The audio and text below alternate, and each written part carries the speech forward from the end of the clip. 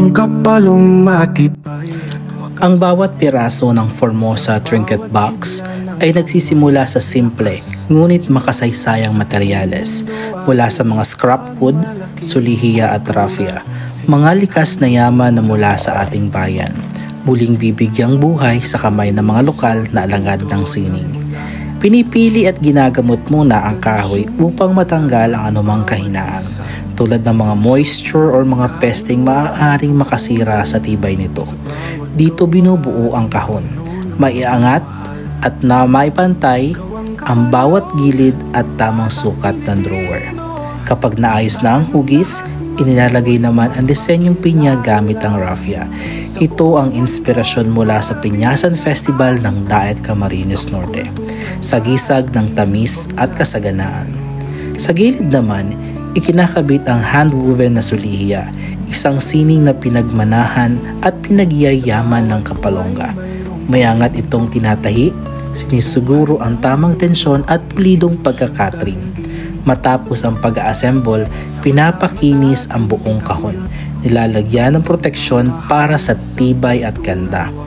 Tinututukan pati ang maliliit na detalye, mula sa function ng drawer hanggang sa kalidad ng pagkakayari. Ang bawat Formosa Trinket Box ay hindi lamang imbakan. Ito ay kwento ng kultura, pagkakaisa at gawang kamay na may pagmamalaki ng buong Camarines Norte. Gawang kapalong, tatak Pilipino, tayong lahat magpurit magpakilala.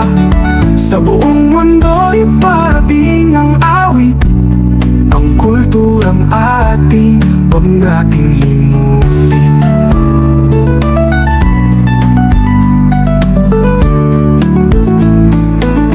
Gawang kapalong, tatak Pilipino, tayong lahat magpurit magpakilala.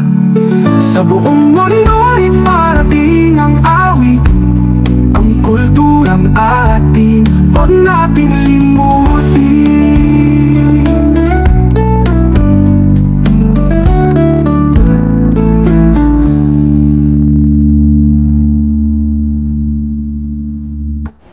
Handog ng Kapalong Handicrafts para sa bayan, mula sa puso at likha ng mga tunay na alagad ng sining ng Bicol.